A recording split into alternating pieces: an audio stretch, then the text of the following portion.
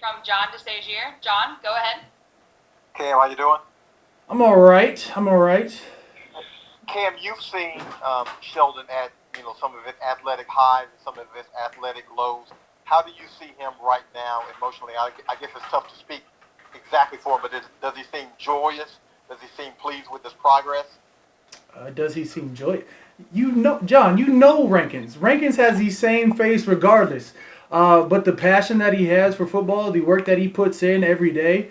I mean, the last couple weeks leading up into training camp, the startup, anyways, it was me, Marcus Davenport, and him doing get offs, working on our hand eye coordination, doing hand drills, and really pushing each other. So how does he look? He looks like he's getting back to himself. And I mean, I can't talk to how he feels. You'd have to ask him. But the way he's exploding off the ball, the way he's being able to enter his fifth year, I think he's doing quite well. Next question's from Mike Triplett. Mike?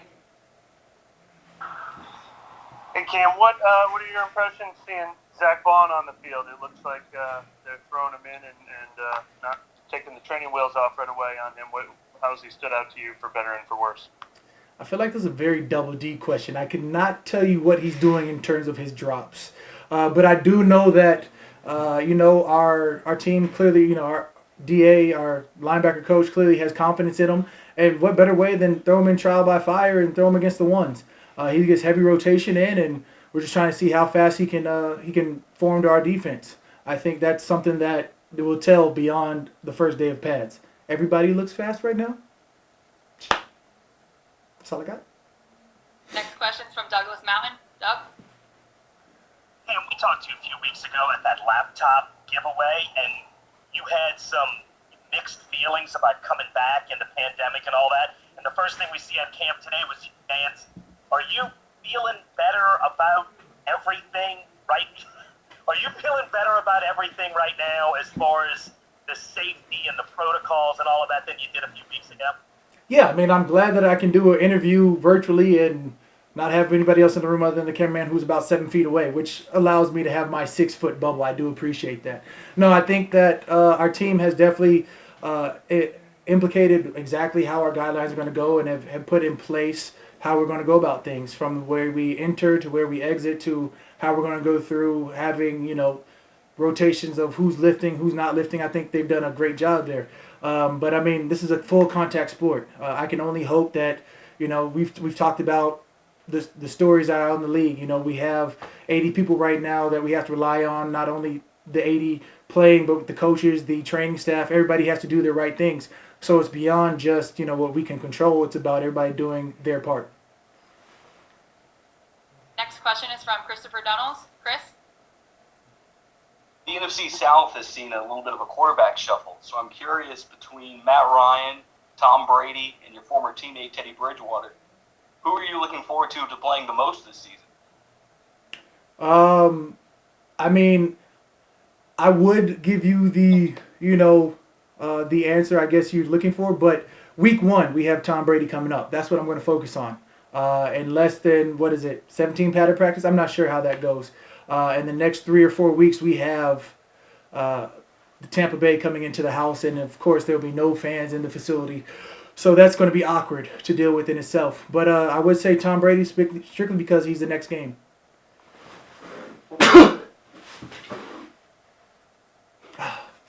Next question from Caroline Gonzalez. Caroline.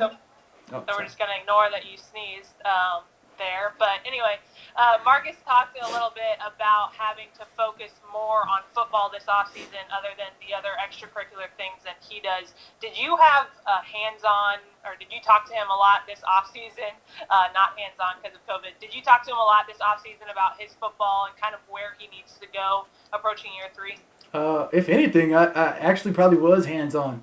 I mean, in terms of the way we were lifting, the way we were conditioning, I had an off-season surgery. He had an off-season surgery. We really rehabbed for that first part of the off-season together. When I say together, we were probably like 5 tables away and on different numbers, but within the same building. It was the first part. It was me, Trey Henderson, and Marcus Davenport, and the second part was me, Marcus, and Sheldon Rankin. So I mean, I've had competitive rehab more so than I normally do. Normally, I go off in the off season to Arizona and I train myself. This would really be like the real first year where it was just like constant me pushing him pushing me, whether we're doing sprints, running, whatever.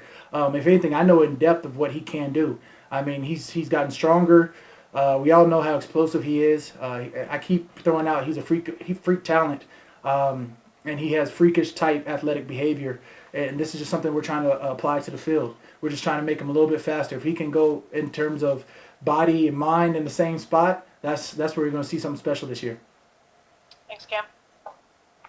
Next question is from Luke Johnson. Luke?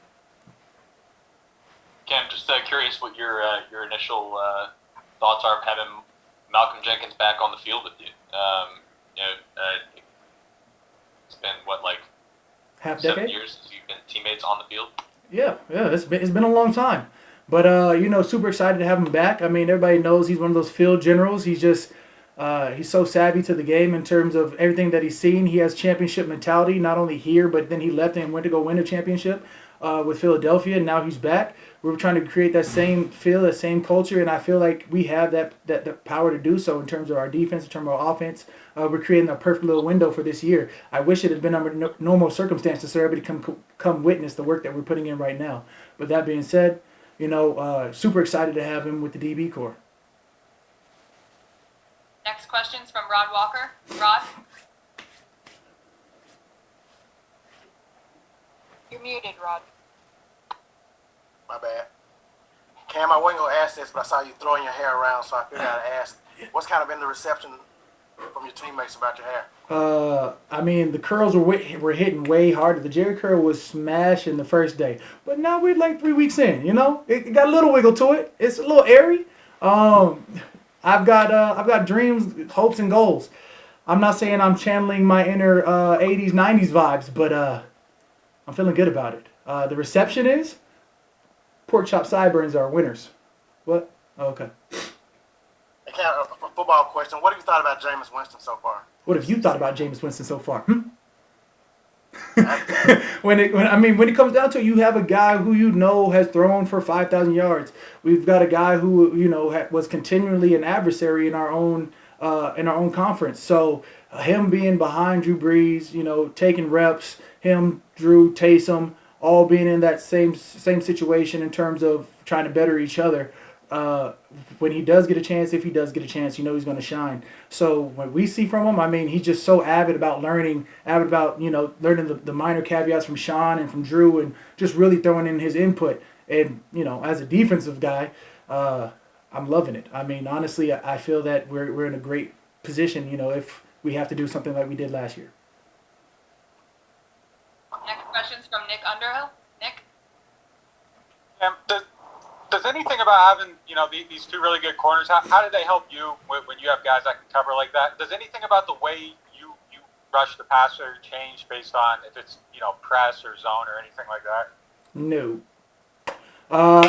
The way that we rush is, I love that we have guys who can do both press and zone. I love that in my mind they have given me another half second, which is another step or two. But at the end of the day, I'm always trying to get 1% better. I'm always trying to get 1% faster. I'm always trying to get like a 1% cleaner rep off the next rep. So if anything, I'm just trying not to utilize the whole 3 seconds that I know that they can give us.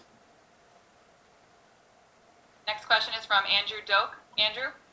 Hey, Cam, hope you're doing well, man. Look, your endurance has always been something that makes you such a special player. And I know a couple of weeks ago you mentioned that because you were able to train at the facility and whatnot, you felt like you were in the best shape that you've maybe ever been in. Have you seen or felt the difference through this ramp-up period and even into practice? I mean, other than not ever seemingly to get tired, no. Honestly, I just feel like a little bit stronger. I feel like I'm a little bit more explosive about the stance. And I just think that overall it's going to help me be able to push my guys like Marcus and, push guys like David Onyemata and Sheldon Rankins, all just to be a little bit more of a fast twitch. If we can get, again, 1% better across the D-line, we're going to be in a great place. So really, I feel that I've honed my body into a weapon already instead of going through, my way of doing things and honestly having to corral some people to do our way of life. I feel like everybody's on the same mentality, same page this year. We got to win the Super Bowl. So if we have a full season, that's going to give our best chances to do so. And that's what we're pushing for right now. It's not about, me being the best that I can be. It's about me being the best that I can be, being able to push Sheldon to be the best that he can be, Sheldon being the best that he can be, being able to push me and Marcus to be the best that we can be. It comes full circle. So it's not just about how I feel, even though I do feel great, as my hair will tell you, but it's about our defensive line being as great as we can be and pushing our defense to be as best as we can be. And real quick follow-up for you. Obviously, losing Rankins last year, I mean, it stinks, but do you feel like that gave Onyemata an opportunity to see a big growth in his game? I think the way Sheldon and Dave were playing early on last year led to David's growth late in the year.